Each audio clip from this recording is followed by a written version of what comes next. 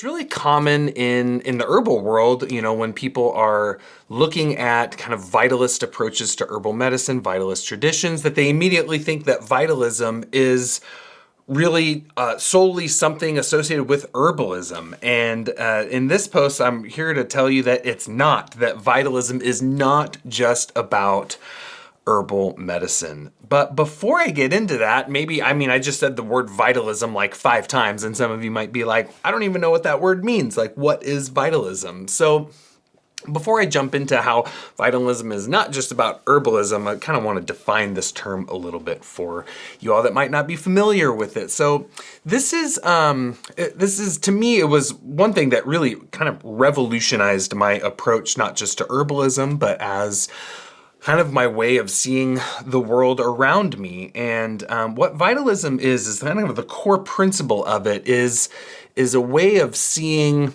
nature and plants and people and the healing process as that there is an intelligence, right? That there is an intelligence within the natural world, that there is and within the human body, for example, there is an intelligence in our organ systems, in our cells. There is even an intelligence in our symptoms and why we get sick and how we get sick. A really good example of that kind of illustrates how a vitalist thinks is thinking about a fever. So when you get a fever, you get some kind of virus or bacteria or pathogen that gets into your body. Well, the vital intelligence of the body responds to that by, sending signals to your immune system and to your higher regulatory centers of your brain that, closes the pores of the skin, raises the internal body temperature to that temperature that will denature that bacteria or virus and things like that in order to kill it, right? So a fever is a vital response. It's an intelligent response of the body to an invading pathogen.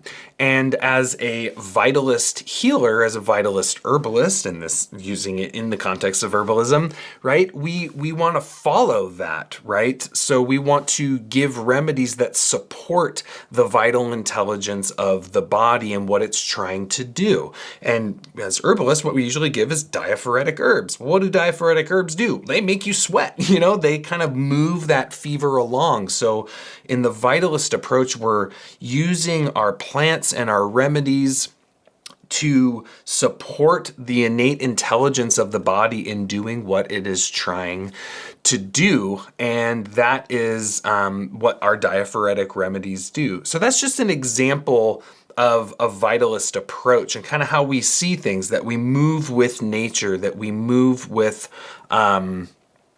what the body is trying to do and use our plants in that way. In contrast to suppressing things, right? And more of an allopathic model, you get a fever, we're like, oh, the fever is the enemy, and take a non-steroidal anti-inflammatory drug to suppress the fever. But as many people know these days, if you suppress a fever, you're going to prolong it by a number of days. While that fever's suppressed, that virus or bacteria is reproducing. Your drug wears off and you're even more sick than you were before. So vitalism is really about following the intelligence of the body and really having a connection to that intelligence of nature.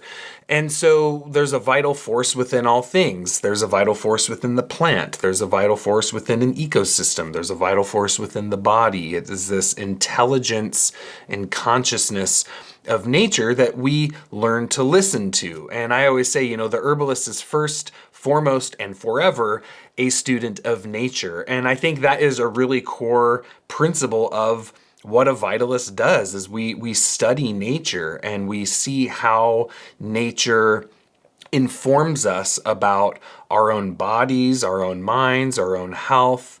It informs us about how our plants function, how our plants heal, and ultimately makes us a better herbalist, a better healer, because nature is where all of our medicine comes from, and we as humans are nature. And so the more we study nature externally, the more we understand nature internally, and that is a really core principle of vitalism.